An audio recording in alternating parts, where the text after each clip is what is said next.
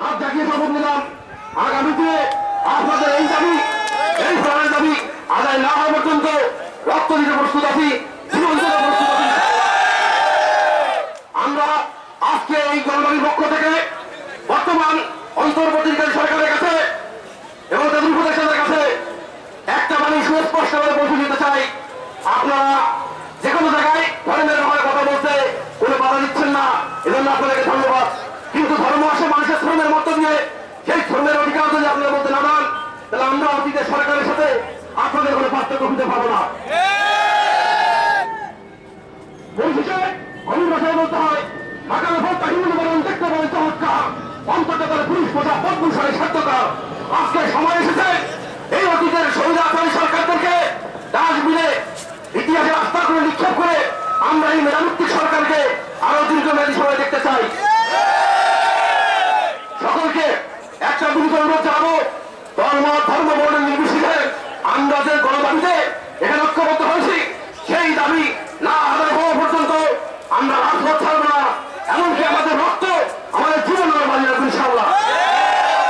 পবিত্র ফলের আরেকটি আয়াত না বললেই নয়,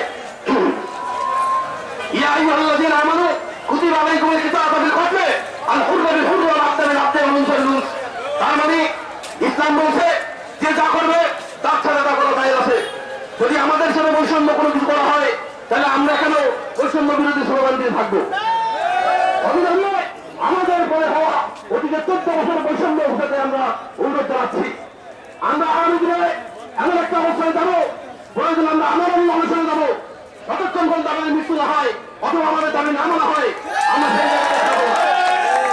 আপনাদেরকে একটা কথা বলি,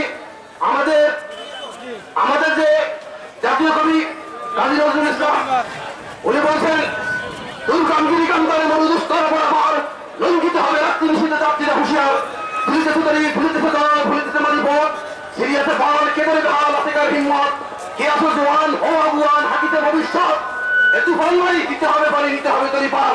আজকে এই গণদাবির পক্ষে আমরা এই গণদাবির পরিচয় পার করে নিয়ে যাবো ইনশাআল্লাহ। বলুন আমরা সামনের পিছনে সকলকে বন্ধ করার জন্য কেন্দ্রীয় কমিটির অনুরোধ আছে, পরিচালক ভাইদেরকে বিভিন্ন অনুরোধ করছি সামনের পিছনে সকলকে বন্ধ করার জন্য। বক্তব্য দীর্ঘায়িত করবো না, কারণ এরপরে আমাদের অনেক কর্মসূচি আছে, আমরা আগামীতে শক্তি সঞ্চয় করবো।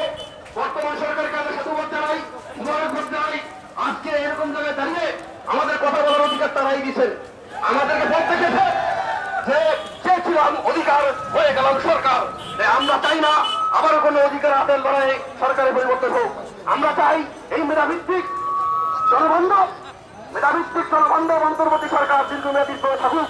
কিন্তু আমাদের ডিজিটাল সেন্টার পরিচালক ভাইদের প্রাণের দাবি অবিলম্বে জাতীয়করণ করতে হবে ইনশাআল্লাহ। পরিশেষে পবিত্র করে